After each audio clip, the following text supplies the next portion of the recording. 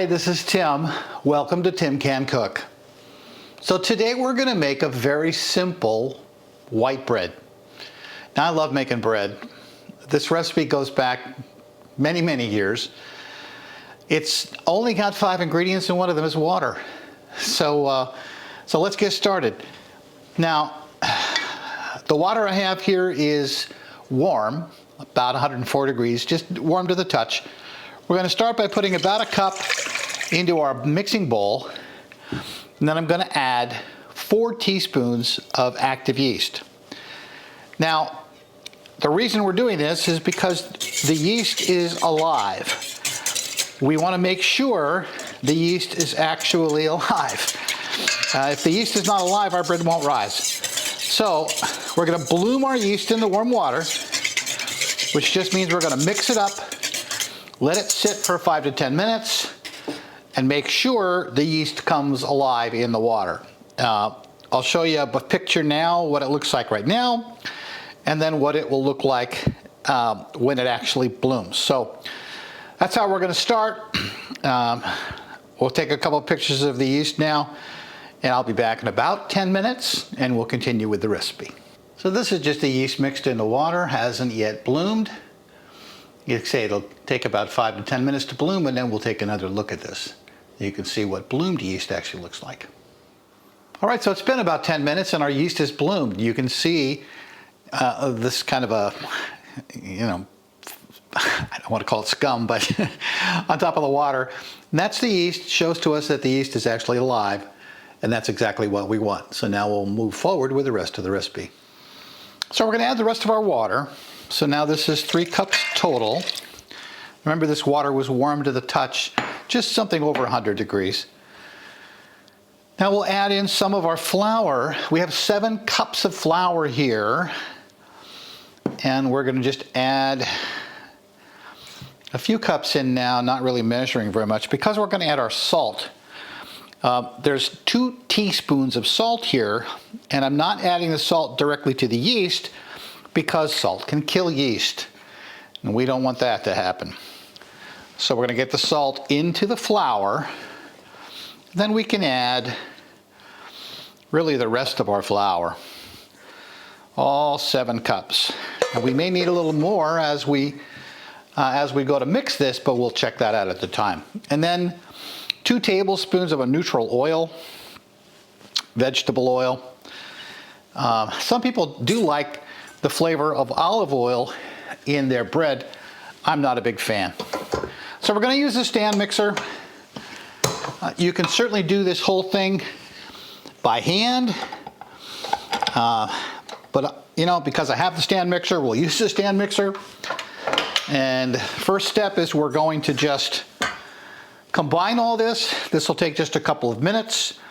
And then once it's thoroughly combined, we'll begin the actual kneading process. We will knead this dough for 8 minutes, making sure that it pulls away from the side of the mixer. If it doesn't pull away from the side of the mixer, we'll add a little more flour. We don't want to add too much more, but sometimes you need to adjust the flour because of the humidity. And we'll pay attention to that once this is going on. So we'll just run this now and bring this all together. That should take just a couple minutes. I'm not going to make you listen to this the whole time, so we'll come back when this has combined and we're ready to actually start the kneading process. So as you can see, everything is combined. So we're beginning a kneading process. We'll knead this dough for 8 minutes, and at the end of that, we'll come back and begin the forming of the dough on our bench. So as you can see, the dough is pulled away from the sides. It's sticking to the dough hook and sticking to the bottom, but that's just fine. And we're just about finished with the kneading process. Just another minute or so. So our dough is finished kneading. We will pop it out of the stand mixer.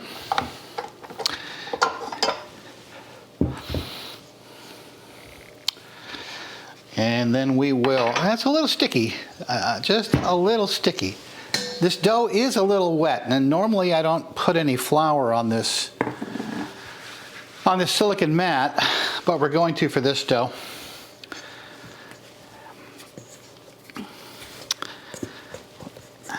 We will scrape this out onto the mat.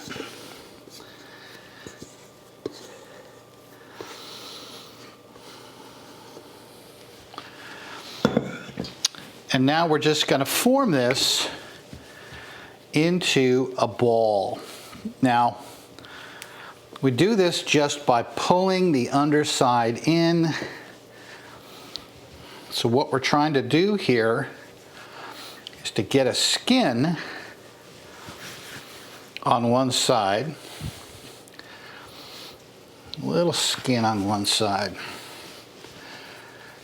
See this, kind of work this around, get a little bit of some surface tension on the dough. Now it's going to go into a greased bowl. Put it skin side down, and then we'll flip it in the bowl. And now it will go into a draft-free place. Well, we'll cover it with a damp kitchen towel. Kitchen towel is damp so that it doesn't draw the moisture out of the dough. So we'll let this dough double in size. It'll rise for an hour, and then we'll come back and begin the second part of the process. We'll be right back. Okay, it's been an hour. Our dough has doubled in size. So now we're going to turn this out and split it into 2 equal parts. Remember, we have enough dough here to make 2 loaves. So we're just going to kind of poke this down a little bit. Then we will cut it in half. We could weigh it, but this is going to be close enough. And then with each half, we're going to form it back into a ball, same way we did before, stretching the skin. So this is going to let this dough rest. See, we're just stretching it, giving it a skin, and then we're just going to let it rest a little bit.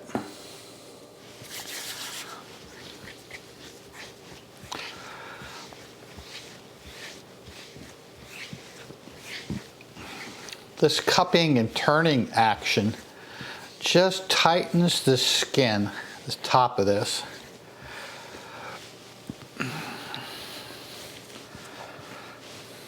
And we're going to do the same thing with this one. Just get it started. Stretch, fold. We're not kneading here. We're just creating this ball. It's got some bubbles in it still. That's okay.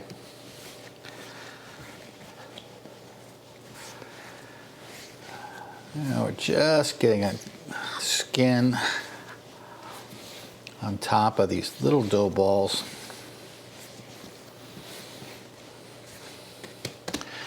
Now we're going to let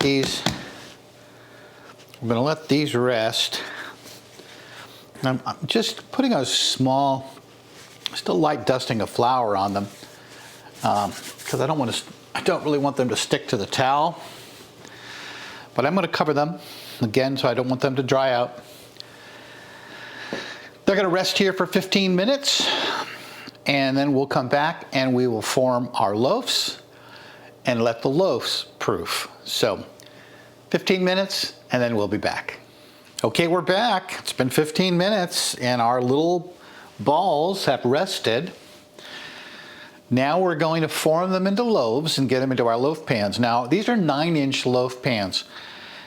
Some of the videos you'll see on YouTube, they're going into 7-inch loaf pans, and so the bread will look huge, right? pop way up, jump up. I prefer the 9-inch pans. It gives me a shorter loaf, but I'm okay with that. All right, so the key here now is we're just gonna, with our fingers, we're just gonna push out the bubbles in the dough at this point. And we're gonna shape these roughly fit into our loaf pans. So we're just about the right width here. Now all we're gonna do is we're gonna roll this and kind of mush it, right? So that it's a relatively tight roll. We don't want gaps in the roll because gaps in the roll mean holes in the bread. Now, we're too long for the pan, but that's okay. We have a seam on the bottom, and we're just simply going to turn everything down on our seam. So we go into the pan. Again, remember we're long, but that's okay. And all we're going to do is just now kind of guide this down into the corners a little bit. You can see it's not beautiful, not meant to be. Now we'll do the same thing for our second ball. And it's a simple process, really. There are other people who do much more complex processes for creating a loaf. I just don't see the need for it. So we roll, just kind of pinch the edges together. We're just making this roll just a little bit tight, right? Try to keep the air out of the inside. And then we'll drop it seam down in our pan. And just kind of mush it around to fit.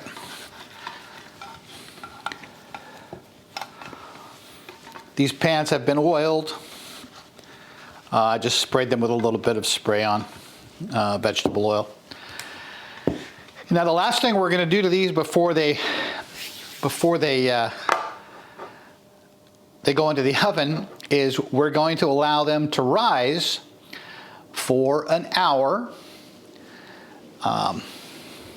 Again, we'll just lightly dust them with a little bit of flour. And this really does actually help them dry out. It sounds like it might be a little counterintuitive, but the flour does help to seal in a little moisture. And then we're going to cover them with the towel again. This is a damp dish towel. Come back in an hour, and then we'll be ready to put them in the oven. 5 minutes before the hour is up, we will turn the oven on. My oven preheats pretty quickly. The oven will be on at 400 degrees, and we'll cook these for 40 minutes. So we'll be back in an hour to get them in the oven. Okay, it's been an hour. The oven has preheated to 400 degrees. And here are our beautiful little loaves, ready to go in the oven, almost. I'm going to do one more thing to these before they go in. Now this is not required, and not normally done with sandwich bread. However, I'm going to take this bread lame and just cut a slice down the middle of these loaves. Now the bread lame is it's just a handle for a razor blade. This is what bakers will use to slice across the top of bread rather than a serrated knife. It makes a cleaner cut unless I hang up the back edge of the blade here. It's a $10 item off Amazon. You can see the link down below. I absolutely love this.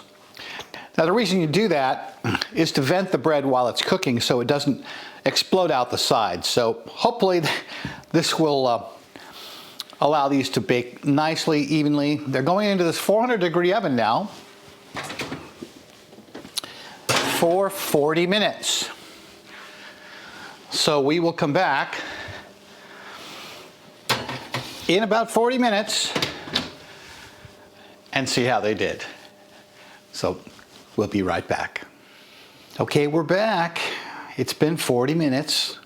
Our loaves are out of the oven. They look great. They do have a little split on them, which is always a little bit mind-boggling to me, but it doesn't affect how they eat. So now we need to really get them out of these tins and let them cool.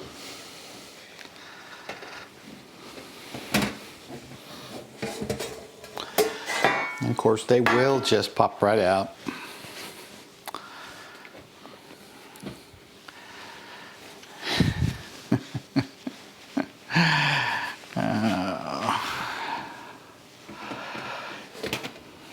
You could let them cool in the tins for a little while, but I find that when that happens, sometimes the bases get a little soggy.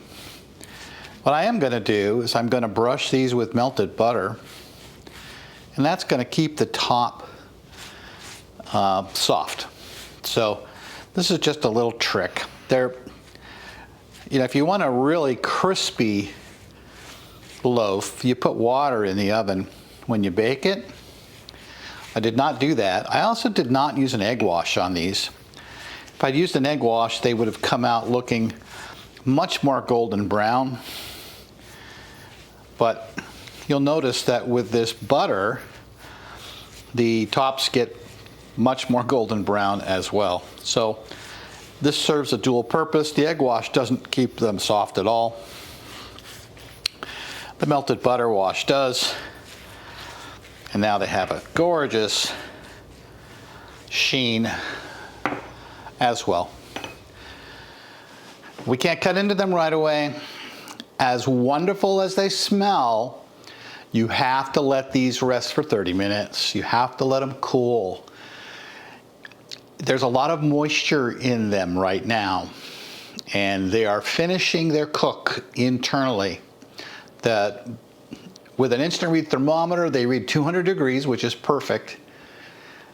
Now that steam will be reincorporated into the bread. If you cut it open, the steam will escape and the bread will dry out. So we're going to let these sit for 30 minutes. It's going to be a difficult 30 minutes because they smell so good I want to cut into them right now. But we'll let them sit for 30 minutes and then we'll cut into one of them and have a taste. So we'll be back in 30 minutes. Well, we're back again. The bread's been out of the oven for about 20 minutes. And it's cool enough that we'll go ahead and slice off a little piece here. And I happen to like the end. I know a lot of people don't, but I do. Smells wonderful.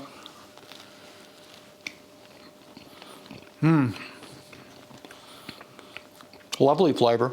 Very simple. This is a very easy bread to make. Makes a great sandwich bread. If you've never baked bread, this is a great recipe to start with. I'll actually be putting up a slightly more complex recipe later this week. But either one of them are great beginner's breads. Look, if you enjoyed my video, please subscribe, hit the bell, share it with a friend. I need some help growing the channel, and you're the one who can help me do it. So, until next time, this has been Tim Can Cook. Thanks for coming.